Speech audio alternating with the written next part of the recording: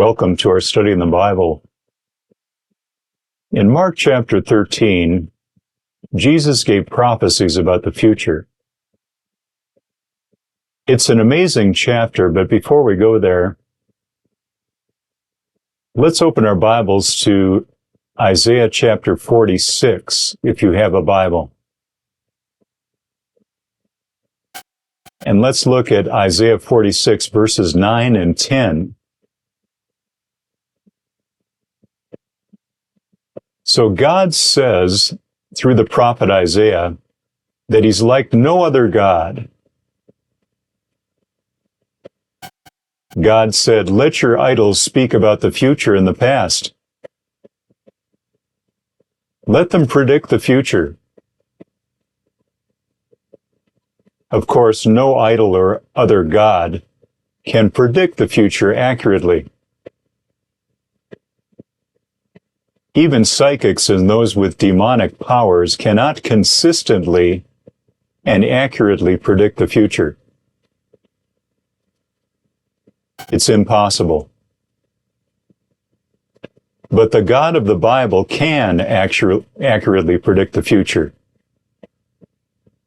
because God controls the future. The God of the Bible knows all things. He knows what will happen 1,000 years from today. He has revealed some of these things about the future in the Bible. This makes the Bible much different than any other religious book. Some say that the Bible contains approximately 25% prophecy. About 80% of these prophecies have been fulfilled in exacting detail. We have substantial evidence that biblical prophecies have been fulfilled. We have historical, archaeological, and other evidence to prove the Bible is true when it predicts the future. So today, let's look at some prophecies that Jesus made that have yet to be fulfilled. Let's read Mark 13, verse 1. King Herod was a great builder. He was responsible for some incredible construction projects. He started the construction of the temple in Jerusalem about 19 BC. The temple complex in Jerusalem was one of the wonders of the ancient world. The majority of the construction was completed in about 10 years. But all of the construction required 50 years of work. Herod's builders had to move some extremely large stones for the construction. There was a famous Jewish historian by the name of Flavius Josephus. Josephus worked for the Roman government,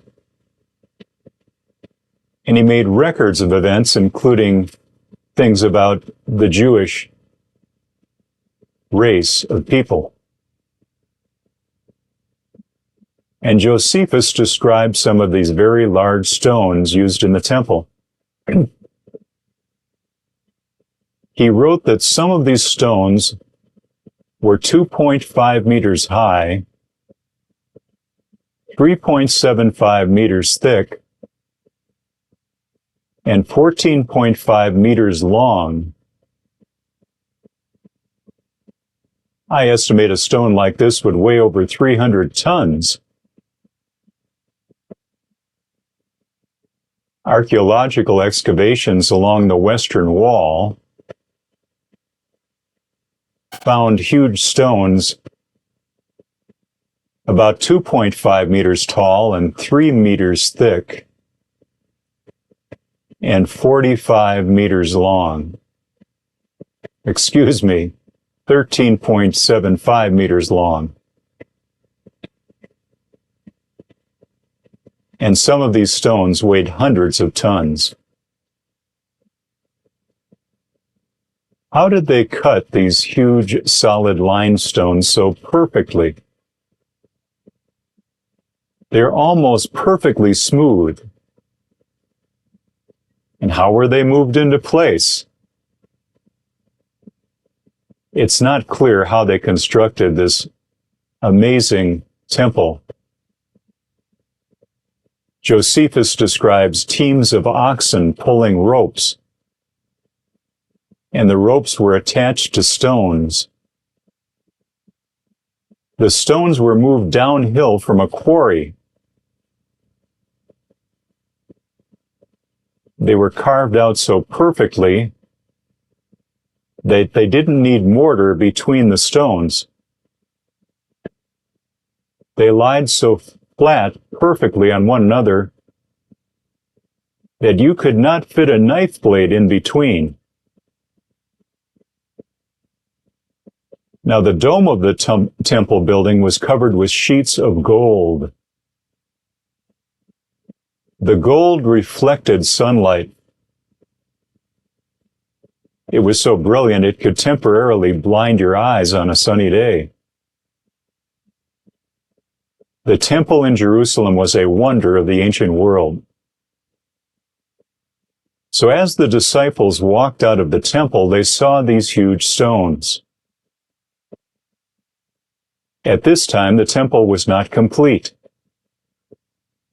There were still 18 years left for construction. Let's read verse 2. Jesus' prediction seemed almost impossible to these disciples. But many historical records show that what happened 40 years later. There was a Roman general named Titus who came to put down a Jewish insurrection. The temple was the biggest and strongest building in the area. So many Jewish people fled to the temple for safety. Titus, the Roman general, ordered his soldiers not to destroy the temple. But some drunken Roman soldiers shot flaming arrows at the temple. The temple caught fire and the Jews inside were killed. The intense heat from the fire melted the gold of the temple. The gold melted and flowed into the cracks between the temple stones. Soldiers demolished the temple stone by stone to get to the gold. Today we can see excavations in the Tyropian Valley in Jerusalem. This is where stones were pushed off the Temple Mount.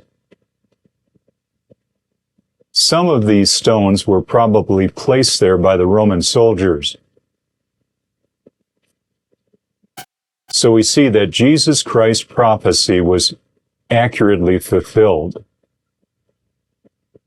Not one stone was left standing upon another where the temple was. Let's read verses 13 and 14. So Jesus went with the disciples over to the Mount of Olives. They walked east from the temple, up a small mountain. They sat down where they could see the temple. And then these disciples asked Jesus some questions. First, when will the temple be destroyed? Second, what will be the sign when these things occur? The Gospels of Matthew and Luke give more information. We will study here the book of Mark, chapter 13, which is a short account and does not include all of the details. This is a famous section of the Bible. It's often called the Olivet Prophecy or the Olivet Discourse. It's also recorded in Luke chapter 21 and Matthew 24 and 25. So Jesus was sitting on the Mount of Olives when he gave this prophecy. And the Mount of Olives is a small mountainside east of Jerusalem. I've had the privilege of standing there on 2 different occasions. And you can see the temple area clearly. And there's many ancient olive trees that grow in this area. Let's read verse 5. So Jesus warned against deception.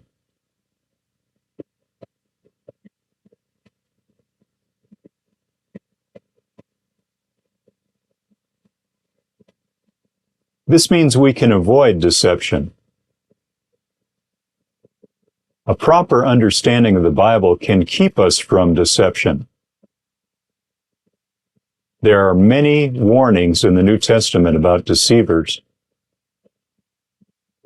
Many religious men and women profit by deceiving people. False teachers oftentimes say things that are accurate or correct. Usually only a small percentage of the things false teachers say are wrong, but they can be deadly deceptions. These deceptions can keep people from salvation. Jesus warned about wolves in sheep's clothing. Let's read verse 6.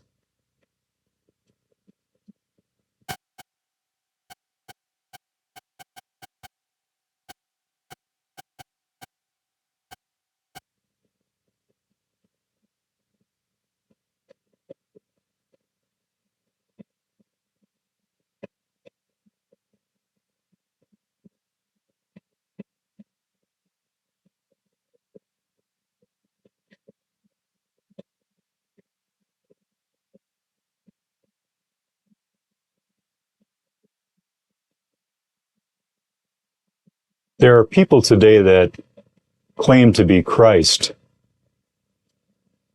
One of these people was a Korean religious leader by the name of Sun Myung Moon. He lived part of his life in the United States. He claimed that Jesus appeared to him. Reverend Moon also claimed that he was the second coming of Jesus Christ. He started a denomination called the Unification Church that exists today. At one time, the Unification Church had 3 million members. His followers sold peanuts and flowers. Mr. Moon, however, lived in luxury. He died in 2012. Many religious groups today claim to believe in Jesus. Groups such as the Mormons, Christian Science, and Jehovah's Witnesses. The Mormons even claim to call themselves the Church of Jesus Christ. But these false religious groups all deny that Jesus Christ is the Son of God. They deceive millions of people. So what Jesus said is true. Many have come in Jesus' name, but they are deceivers. Let's read verse 7 and 8. Jesus said there would be wars and threats of war on the earth.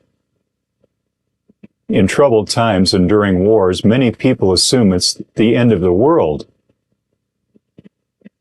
But Jesus said wars are not the signs of the end. Today, atheists and some scientists claim that modern technology is making the world better and better.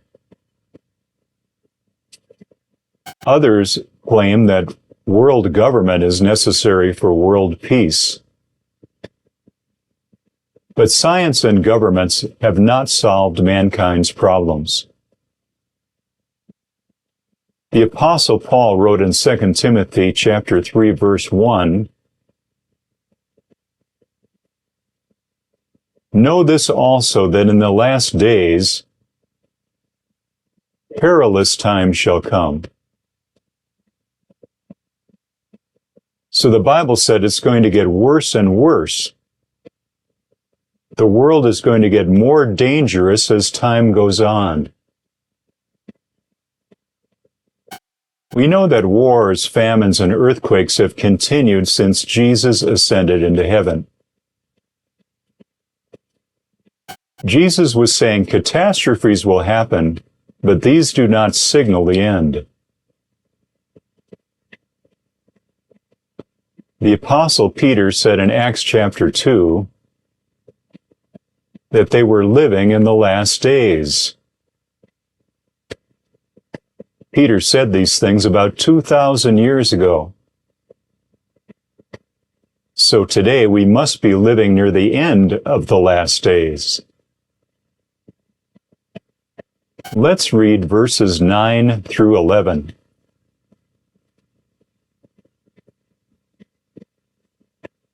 Jesus was warning his disciples to expect persecution. The disciples experienced this in the book of Acts. They were brought before government and religious leaders. The disciples were beaten and imprisoned. Paul the Apostle was beaten many times and put in jails. He had trials before King Agrippa and the Roman Emperor Nero.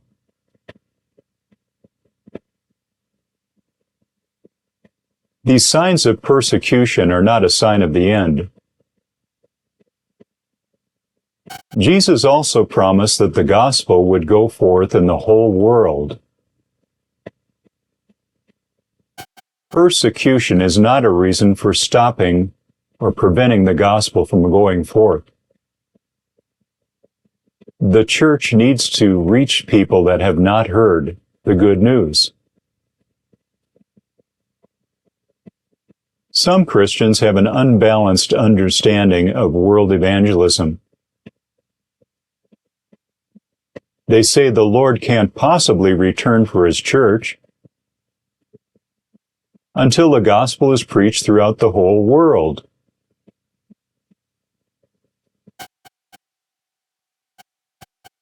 But this does not mean that the Lord has to use the church.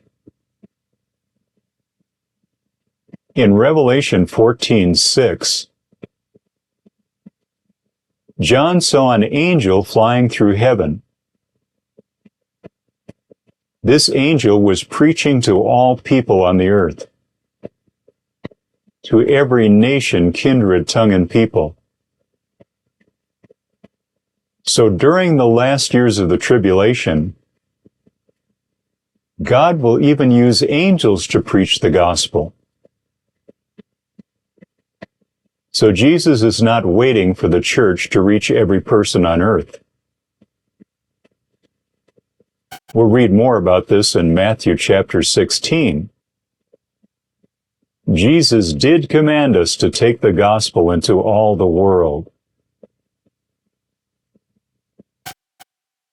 In Mark 13:11, Jesus said, "Don't be worried about what to say." Government and other authorities may arrest us or confront us. Some of us may be questioned about our faith. Jesus tells us the Holy Spirit will give us wisdom on what to say. I have experienced this. Perhaps some of you have also. A powerful example is found in Acts chapter 4, verses 1 through 22. Peter and the disciples were preaching in the temple. The religious leaders arrested and questioned them. Suddenly, the Holy Spirit empowered Peter. He boldly accused these leaders of rejecting the chief cornerstone, Jesus Christ.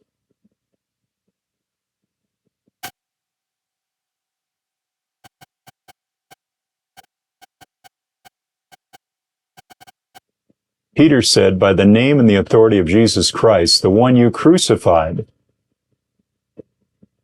by Jesus Christ, this man has been miraculously healed." And then, in Acts chapter 7, Stephen was brought before the religious council. And he marvelously explained Jewish history, how Jewish leadership continued to reject those that God had sent to them. Stephen exposed the hypocrisy of these religious leaders, and they stoned him to death. But there was a young man there by the name of Saul of Tarsus. He was strongly convicted by Stephen's testimony, and he became Paul the Apostle. Let's read verses 12 through 14.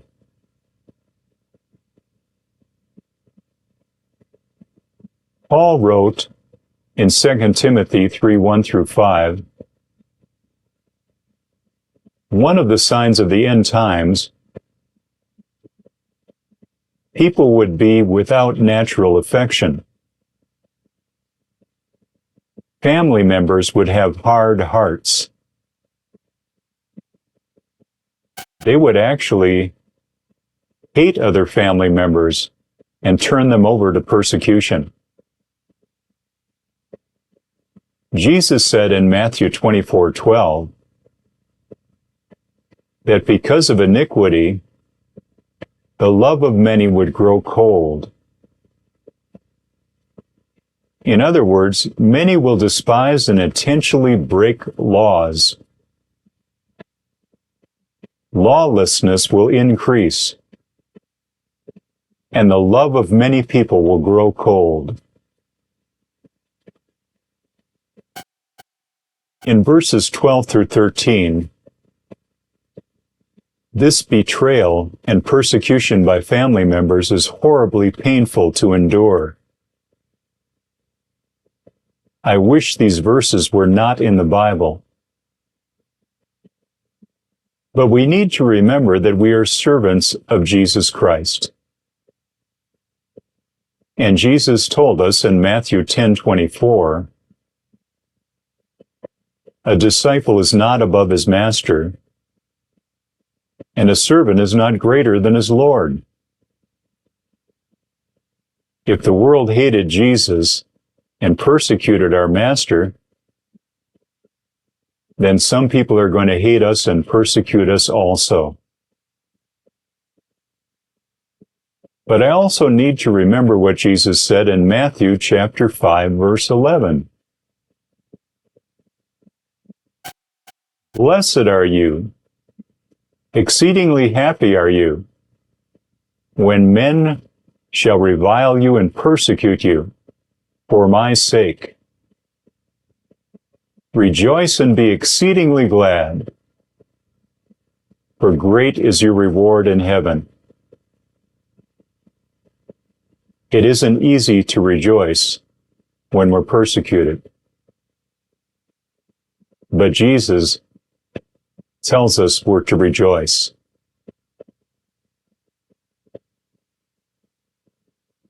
In verse 14, Jesus wanted us to understand Daniel's writings. Daniel chapter 9 mentions the abomination of desolation. This verse is explained with other verses of the Bible.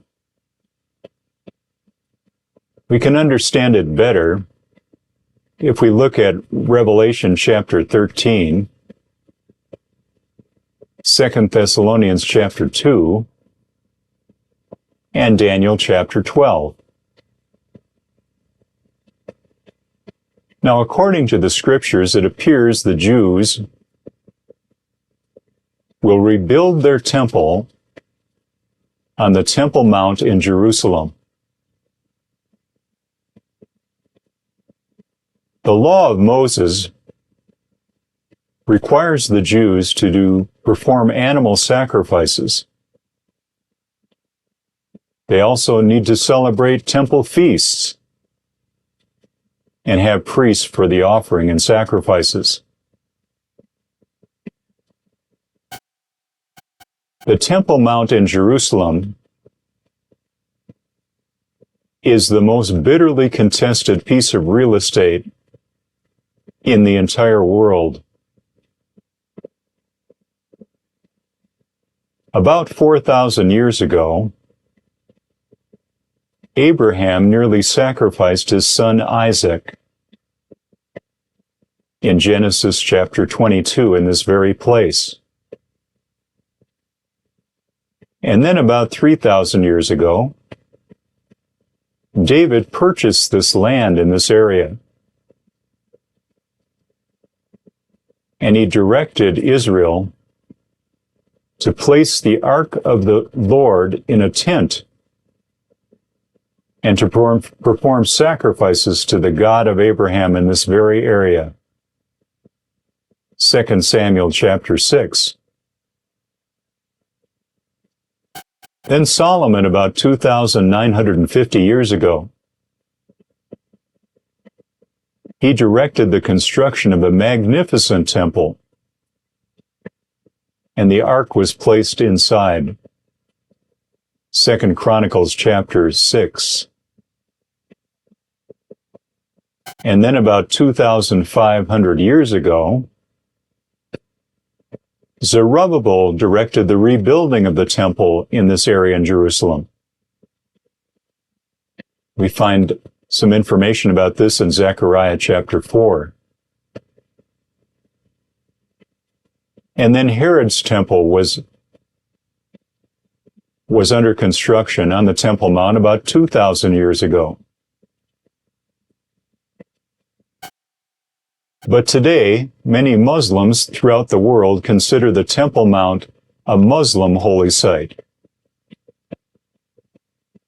Because about 1,300 years ago,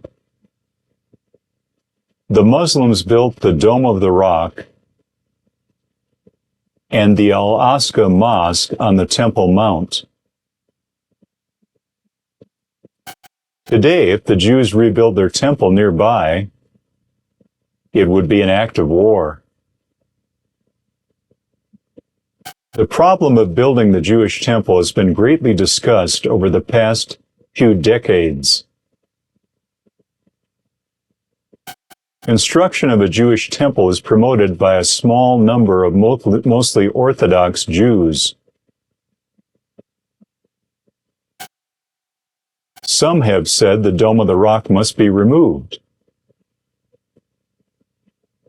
Jewish soldiers talked about blowing up the Dome of the Rock in 1967 during a war.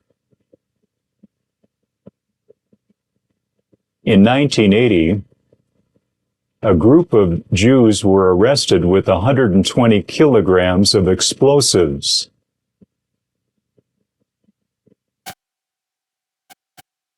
And then in 2014, an Australian man was caught with explosives intending to blow up the Muslim holy site.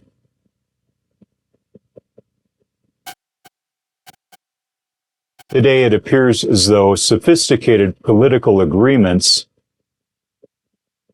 may be required for the Jews to build a temple on the Temple Mount.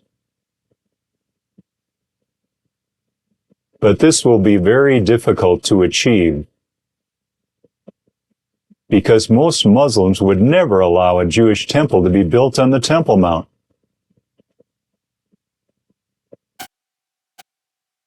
It's very likely that a powerful, wise, and skillful world leader will arise. He will be the leader of the European community. Daniel chapter 9 indicates this man will make a covenant with the nation of Israel. But 3.5 years later, he will break this covenant with the Jews.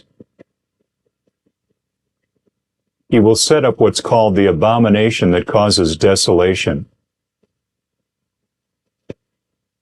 In Daniel chapter 12, it says he'll stop the daily prayers and sacrifices the Jews have reinstituted. Paul wrote in 2 Thessalonians that this man will enter the temple of God. He will demonstrate that he is God and demand to be worshipped. He will also have a false prophet with miracles, signs, and wonders. If possible, he's going to deceive even the elect. The elect here refers to the Jewish people, not to the church. Some Christians say that this abomination of desolation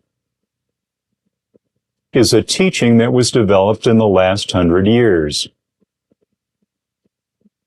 This is not true. An early Christian writer and leader by the name of Irenaeus wrote about this in 180 AD, less than 200 years after Jesus rose from the dead. Here's what he said. When the Antichrist shall have devastated all things in the world, he will reign for 3 years and 6 months. Then he will sit in the temple of Jerusalem. Then the Lord will come from heaven in the clouds,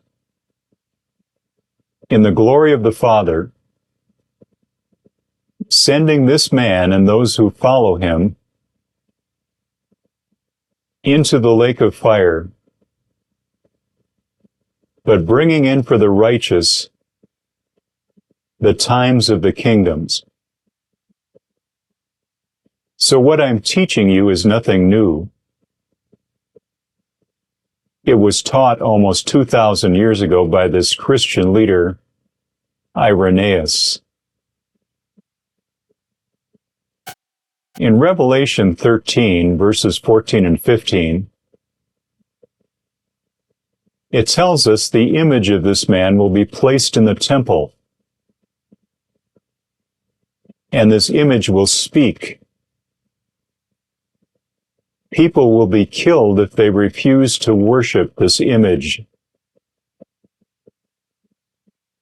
This is why Jesus said in Mark 13:14, when you see the abomination of desolation standing where it shouldn't be,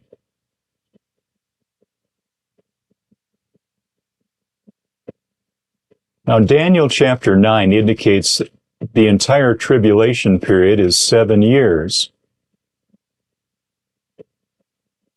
But when this image appears, it will start the Great Tribulation. The Great Tribulation is the second half of the 7 years. The Great Tribulation is the last 3.5 years of the 7 years. The events mentioned in Revelation are about the Great Tribulation. It will start when this man claims to be God and demands to be worshipped. Then the wrath of God will be poured out on a Christ-rejecting world. This future world leader has several different names. He's called the Man of Sin, the Beast. He's called the Son of Perdition. He's also called the Antichrist. This Antichrist will stand in the Holy of Holies of the rebuilt temple. He will claim to be God. He will demand to be worshipped as God. And this will start God's final judgment. This will start the last 3.5 years, called the Great Tribulation period. After the 3.5 years of the Great Tribulation are complete, Jesus Christ will return in power and glory. He will return to earth to establish his new kingdom, a kingdom of righteousness, joy, and peace. So Mark 13:14 says, when you see this abomination, Jesus is speaking to the Jewish people.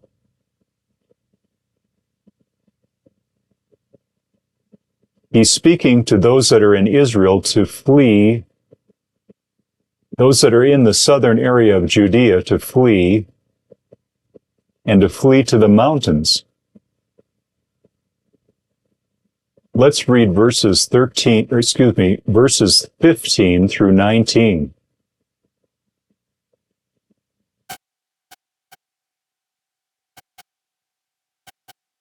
This will be worse than any time in world history.